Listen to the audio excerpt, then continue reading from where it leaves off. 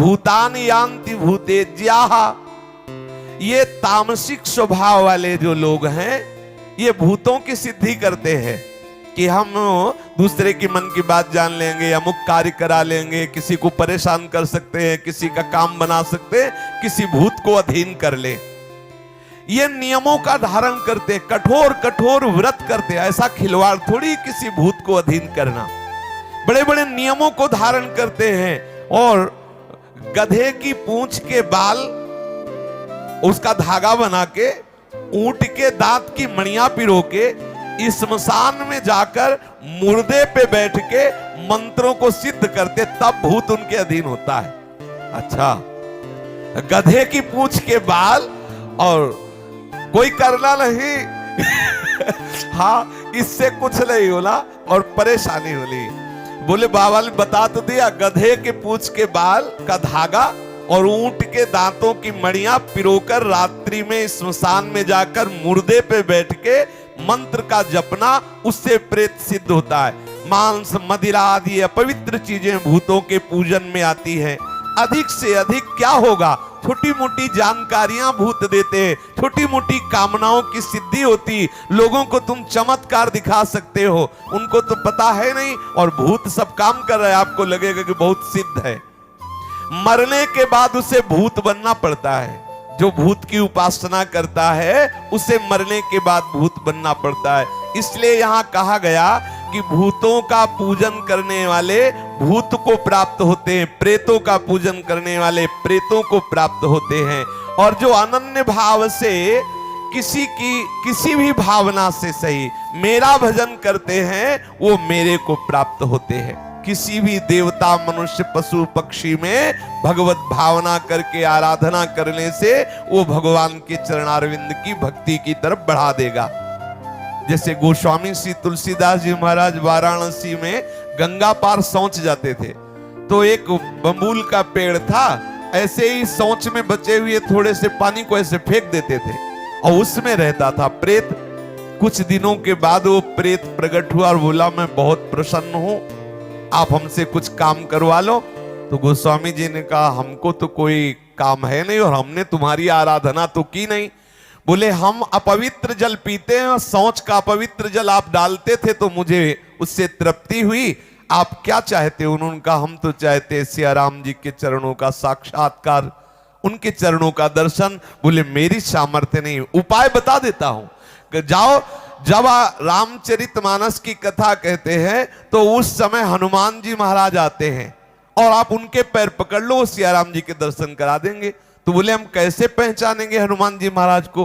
बोले मलिन वस्त्र धारण किए हुए वयोवृद्ध रूप में सबसे पहले आकर जो कथा में बैठते हैं और सबसे बाद के सबकी चरण धूलि लेके जो जाते हैं वो महाभागवत से हनुमान जी महाराज हैं। गोस्वामी जी बस इंतजार करते रहे, जो कथा प्रारंभ होने के पहले ही आकर एक वृद्ध बैठ गए और जब सब कथा के श्रोता चले गए तो वहां की चरण रज लेके माथे में लगाया। देखो ये महान भक्ति का स्वरूप।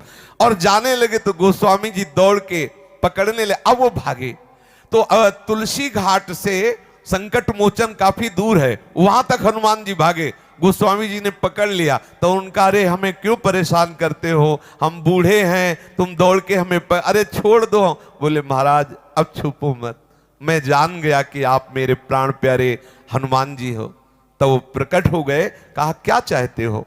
बोले सिया राम जी के दर्शन। बोले यहां नहीं, सिया राम जी के दर्शन चित्रकूट में। चित्रकूट में श्री हनुमान जी महाराज ने गोस्वामी जी को सिया राम जी का साक्षात्कार कराया। तो देखो बनाना प्रेत कारण, किसी की भी सेवा कर दो निष्काम भाव से तो वो आपको रास्ता दे देगा भगवत प्राप्ति के लिए।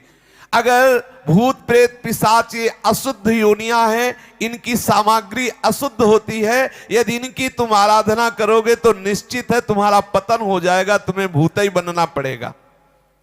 एक मैं सच्ची घटना बता रहा हूं। एक थे, उन्होंने कर्ण पिशाचनी को सिद्ध किया। उनके पास सामने कोई आता तो कर्ण पिशाचनी बता देती कि ये अमुक नाम है, अमुक जगह से आया है, अमुक काम के लिए आया है। तो बोल देते तुम्हारा ये नाम है, तुम अमुक जगह से आए हो, तुम इस काम, तो उसके होश उड़ जाते कि पहली बार मैं आया और देखो बाबा ने नाम बता दिया, बाबा ने जगह बता दी, बाबा ने काम बता दिया कि इस काम से आए हो। बिना पूछे बता, लाखों की भीड़ उनसे जुड़ने लगी, क्योंकि सबको लगता कि भजन से सिद्ध हुए हैं और उनको एक पिशाचिनी सिद्ध थी। अब वो विद्या का चमत्कार दिखाते, लोग प्रभावित होते, संपत्ति आने लगी।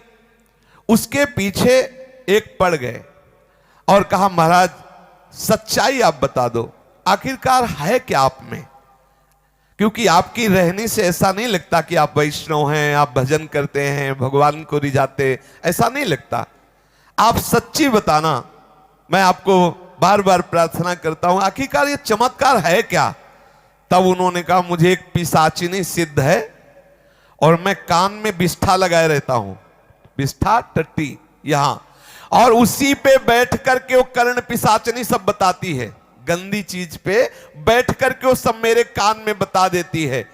उस विष्ठा के स्थान में वो कर्ण पिशाचिनी आके बैठती है और वो हमें कान में सब बताती। कोई भी जब आता है मैं उसका परिचय जान जाता हूं, क्योंकि वो पिशाचिनी बता देती है। तब उन्होंने कहा तुमको भी पता है कि तुम कब मरोगे। वो प्रश्नकर्ता ने कहा तो तुमको पता है कब मरोगे और कैसे मरोगे, कर्ण पिशाचिनी से ये भी तो पूछ लो। तो इस पर उसने कहा, तो उन्होंने बताया कर्ण पिशाचिनी के कि तुम नर्मदा किनारे मरोगे। तब उनको लगा कि ठीक है, नर्मदा के तट पर या नर्मदा में मरना, तो गंगा ही है नर्मदा जी, भगवत स्वरूप है। अब जब उसके शरीर शांत होने का समय आया तो वो भागा, लेकिन नर्मदा जी नहीं पहुंचने पाया। बीच में ही उस कर्ण पिशाचिनी ने उसे मार दिया और कहा दुष्ट, जीवन भर तूने मेरा प्रयोग किया है, अब जीवन के बाद मैं तेरा प्रयोग करूंगी, अब तू मेरी आज्ञा में बने, पिशाच बन और मेरे साथ रहे। कर्ण पिशाचिनी ने उसे नर्मदा जी नहीं जाने दिया, मार दिया और वो पिशाच बना। तो इसीलिए भगवान कह रहे हैं भूतों को पूजने वाले भूतों को प्राप्त होते, इसलिए सावधान रहें। एकमात्र अनन्यश्चिन्तयन्तो माम ये जना परिपासते तेषां नित्याभियुक्तानां योगक्षेमं वहाम्यहम्। शेष चर्चा आगे। श्री राधा वल्लभ लाल की जय।